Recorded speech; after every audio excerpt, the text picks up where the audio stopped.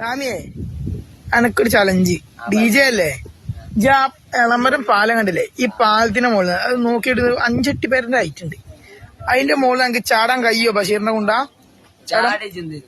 ചാടിയാല് എന്താ എനിക്ക് തരണ്ടേ അത് പറഞ്ഞാ എനിക്ക് രാത്രി ഞാൻ ഫുൾ മന്തി അടിച്ചു ഉറപ്പാ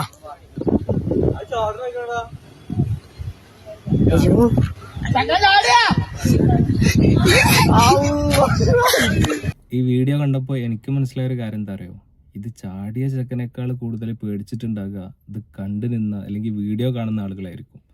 എന്തിനാണ് വെറുതെ ഇത്തരത്തിലുള്ള സാഹസികതകൾക്കൊക്കെ നമ്മൾ നിൽക്കുന്നത്? ഈ ചാടിയ ആൾക്കൊരു പക്ഷേ ആ പുഴയുടെ ഗതിയും അവിടുത്തെ ആഴമൊക്കെ അറിയുന്നുണ്ടാവും, അതനുസരിച്ചിട്ടായിരിക്കും അവന് ചാടിയിട്ടുണ്ടാകുക. ഈ വീഡിയോ എങ്ങാനും കണ്ടിട്ട് വേറെ ആൾ അനുകരിച്ചിട്ട് ഇതുപോലെ ചെയ്താൽ എത്ര വലിയ അപകടം വരുത്തുക, അതിനാരാ ഉത്തരവാദിയാകാം? അപ്പോൾ പ്ലീസ് ഇത്തരത്തിലുള്ള വീഡിയോസുകളൊന്നും ചെയ്യാതിരിക്കുക. നമ്മുടെ ജീവൻ ഒരിക്കലും അപകടത്തിൽപ്പെടുത്താതിരിക്കുക. ജീവൻ കൊണ്ട് വെച്ച് കളിക്കുക എന്നുള്ളത് വലിയ അപകടമാണ്. നിങ്ങൾക്കറിയില്ലേ, ഫലസ്തീൻ പോലെയുള്ള രാഷ്ട്രങ്ങളിൽ പിഞ്ചു മക്കളുടെ ജീവൻ ഇങ്ങനെ കൊന്നൊടുക്കുകയാണ്. ഒരു ജീവന് വേണ്ടി യാചിക്കുകയാണ് അവർ. ആ സമയത്ത് നമ്മളിങ്ങനെ നമ്മുടെ സ്വയം ജീവൻ കൊണ്ട് കളിച്ചാലോ, വലിയ തെറ്റല്ലേ?